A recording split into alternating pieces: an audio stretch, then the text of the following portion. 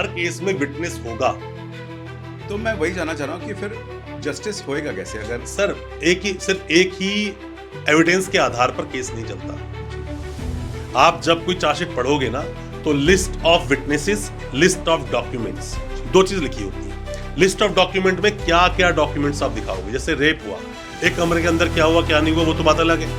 अब चार्जशीट लगेगी कोर्ट में, चार्जशीट लगने के बाद वकील साहब डिसाइड करेंगे कि उनका डिफेंस क्या होगा। अब वो कहते हैं कि भाई ये तो कंसेंट का मामला है और मेडिकल में कुछ आया ही नहीं, तो कंसेंट भी क्यों लेना, फिर तो ये बोलना कुछ हुआ ही नहीं। अगर कुछ आया तो कंसेंट में जाना है, कुछ आया ही नहीं तो कुछ हुआ ही नहीं। बड़ी सिंपल सी बात होगी ना यहाँ पर। अब उसी तरह से मान लीजिए कि 307 का मामला है, एक आदमी के चोट वोट लगी, एक आदमी के चोट बिल्कुल भी नहीं लगी, तो क्या वो अटेम्प्ट टू मर्डर नहीं होगा?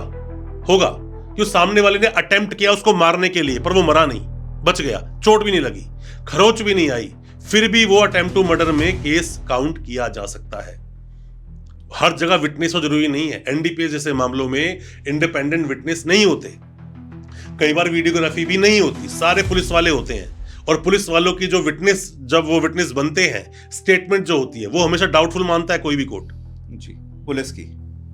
पुलिस की जो स्टेटमेंट है उसको कभी भी श्योर शॉट नहीं माना जाता कि कंफर्म्ड है, बस जो बोल रहे वही कटु सत्य है, ऐसा नहीं होता। ऐसा अगर होगा तो हर बंदा जेल में पड़ा रहेगा, बाहर कहां से निकलेगा वो।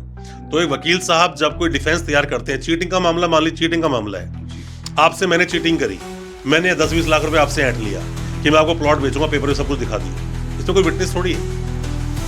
पर वो विटनेस कौन है? जो पेपर आपसे मिला मुझे, पेपर आपके फोन में था, मतलब फॉर्ज डॉक्यूमेंट है, वो विटनेस अपने आप में एक एविडेंस बन गया कोर्ट। अकाउंट में जो पेमेंट आई वो अकाउंट विटनेस बन गया। तो जरूरी नहीं है कि इंसान ही विटनेस बनेगा। अब जिसमें रेप हुआ तो वो जो होटल था, होटल का रजिस्टर विटनेस बन जाता है, वो एविडेंस है एक। जिसने एंट्री की होगी वो बन जाता है। पेमेंट अकाउंट से की होगी, पेमेंट की लड़की ने अपने अकाउंट से, जाके एंट्री भी खुद कर रही है, पहला नाम भी मेरा ही लिखा, पहला साइन भी उसी का है, तो भाई रेप थोड़ी हो सकता है ये।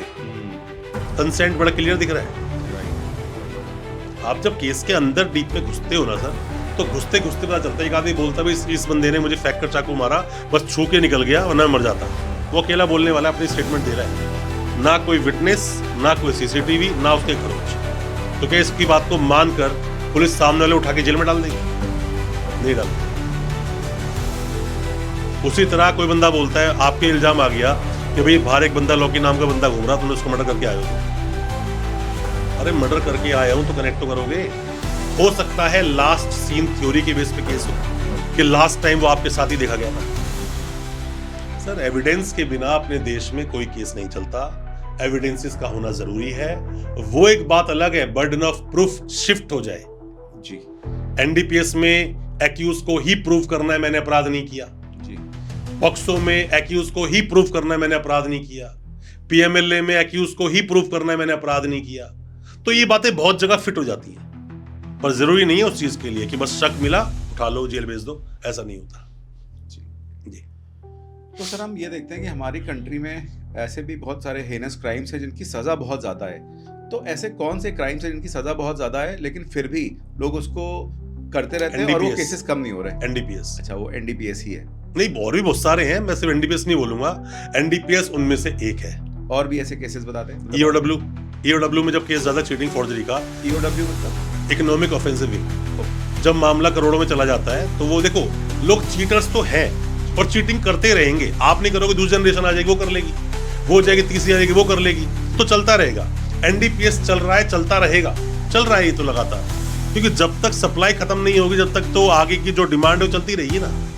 सप्लाई हो रही है, डिमांड भी मार्केट में हो रही है, तो जो बीच के जो पेडलर्स हैं वो भी अवेलेबल है, तो इजीली हो रहा है। एनडीपीएस के बहुत ही रिजिड कानून है, जल्दी से बेल नहीं मिलती, सजा लोगों को हो जाती है, उसके बावजूद एनडीपीएस के केसेस है कि कम होने का नाम नहीं ले रहे, बढ़ते ही जा रहे हैं। तो सर क्या कभी जैसे अगर कोई कोर्ट में आ गया और जेन्युइनली कोई क्रिमिनल है, तो क्या वो क्रिमिनल कोर्ट में अगर अपनी गलती एक्सेप्ट ना करे, एक लेवल पे भी जाके ना करे, तो कोर्ट उसको कैसे देखती है? देखिए ऐसा होता है, जब कोर्ट में कोई जब केस शुरू होता है ना, कोर्ट में मान लीजिए केस शुरू हो गया, एफआईआर किसी पर लॉन्च हो गई, वो इंसान जेल गया कि नहीं गया बात की बात है, चार्जशीट फाइल हो गई, अब यहाँ पे स्टेज आती है कि गिल्टी और नॉन गिल्टी। अब वहां पर बंदा बोलता है कि नॉन गिल्टी, मतलब मैं गिल्टी नहीं हूं and I will face the trial. या बंदा बोलता है आई प्लीड गिल्टी, कि मैं गलती मानता हूं। अब गलती मानता हूं, चार्जेस फ्रेम नहीं होंगे उसके, वहीं पे उसको पेनल्टी कुछ लगाकर छोड़ देंगे। बहुत सीरियस मामला है, सजा सुना देंगे, कम से कम जो सजा होगी, और मैक्सिमम पे नहीं जाएंगे वो लोग। पर अगर आप बोलते हो कि नहीं मैंने अपराध नहीं किया, तो ट्रायल चलेगा। और मैक्सिमम केसेस में यही होता है, लोग बोलते हैं मैंने अपराध नहीं किया और वो ट्रायल को फेस करते हैं, जबकि उनके पास एक रेमेडी है प्लीड गिल्टी की, कि अपनी गलती को मानो और निकलो। चीटिंग हो, फॉर्जरी हो या छोटे मोटे अपराध हो, उसमें अगर आप गलती मान लेते हो तो वहीं पर छोटा मोटा आपके ऊपर फाइन लगा के आपको छोड़ देते हैं और वहां से आप अपने केस से बाहर इजीली निकल सकते हो, प्लीड गिल्टी कर कर। मतलब ये एक रेमेडी आपके पास है, अदरवाइज तो ट्रायल लड़ना ही है, और ट्रायल कितने साल चलेगा आपको पता ही नहीं है।